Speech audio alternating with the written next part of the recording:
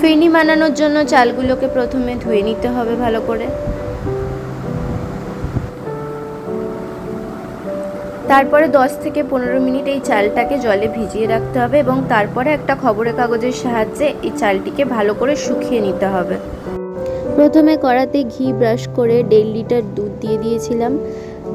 ঘি ব্রাশ করার কারণ হচ্ছে যাতে পরবর্তীকালে দুধটা কড়ার মধ্যে নিচে লেগে না যায়। তো 1.5 লিটার দুধ দিয়ে দুধটাকে জাল দিয়ে নিয়েছিলাম।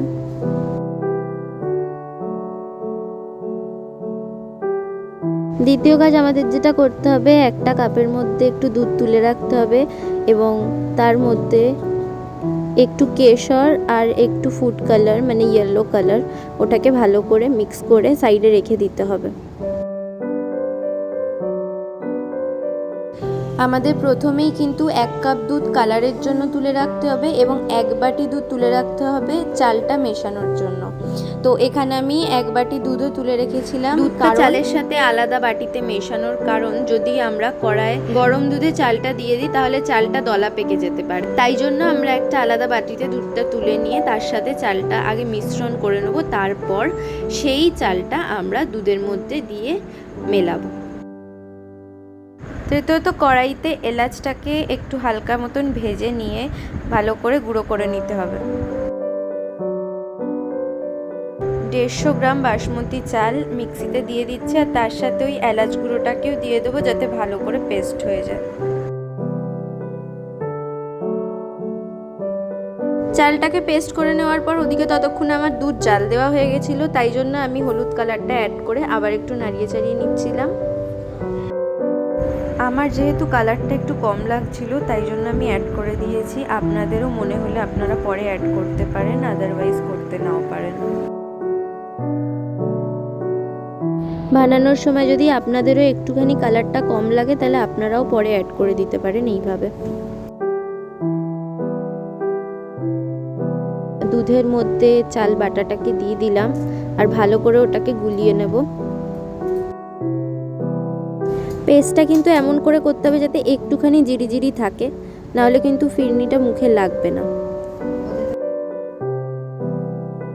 আমি যে বাটিতে চালটা দুধটা মিলিয়েছিলাম সেই বাটিটা একটুখানি ছোট হয়ে গেছিলো আর দুধের পরিমাণটা কম হয়ে গেছিলো। আপনারা চাইলে আর একটু বড় বাটিতে করতে পারেন।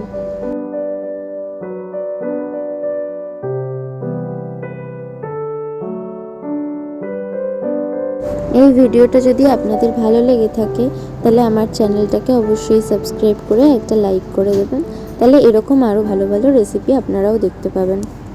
তাছাড়াও আমি আমার চ্যানেলে কিন্তু খুবই সহজ পদ্ধতিতে রেসিপিগুলোকে তুলে ধরার চেষ্টা করি, যাতে যারা প্রথম রান্না করছে তাদের করতে কোনো অসুবিধা না হয়। আর যারা রান্না ভালো পারে তাদের কাছে তো এই রেসিপিটা খুবই সহজ লাগে। তাই এরকম সহজ সহজ রেসিপি পাওয়ার জন্য আমার চ্যানেলটাকে সাবস্ক্রাইব করে দেবেন। চালটা দেওয়ার ঠিক 5-6 মিনিট পরে যখন চালটা হয়ে আসবে তখন আমরা চিনি অ্যাড করে দেবো। এখানে আমি 85 গ্রাম মতন চিনি অ্যাড করেছি। এবার আপনারা আপনাদের স্বাদ অনুযায়ী চিনি অ্যাড করবেন। মাটির ভাঁড়ে ফিরনি রাখলে ফিরনিটা ভালোভাবে জমে, তাই জন্য আমি সাজেস্ট করব মাটির ভাঁড়েই ফিরনিটা জমানোর জন্য। এটি গরম গরম মাটির ভাঁড়ে রেখে ফ্রিজের মধ্যে 7 থেকে 8 ঘন্টা কিংবা একটা রাত্রি রেখে দিতে পারেন। আমি ওপরে এখানে গার্নিশিংয়ের জন্য আমন্ড, বাদাম আর একটুখানি কেশরও দিয়ে দিয়েছিলাম। আপনারা আপনাদের মতন গার্নিশিং করতে পারেন, তবে এটাই বেস্ট। 7-8 ঘন্টা পর এটাকে ঠান্ডা ঠান্ডা সার্ভ করুন। ভিডিওটা কেমন লাগলো কমেন্টে কিন্তু অবশ্যই জানাবেন। আজকের জন্য ভিডিওটা এইটুকুই, দেখা হবে পরের অন্য একটা ভিডিও।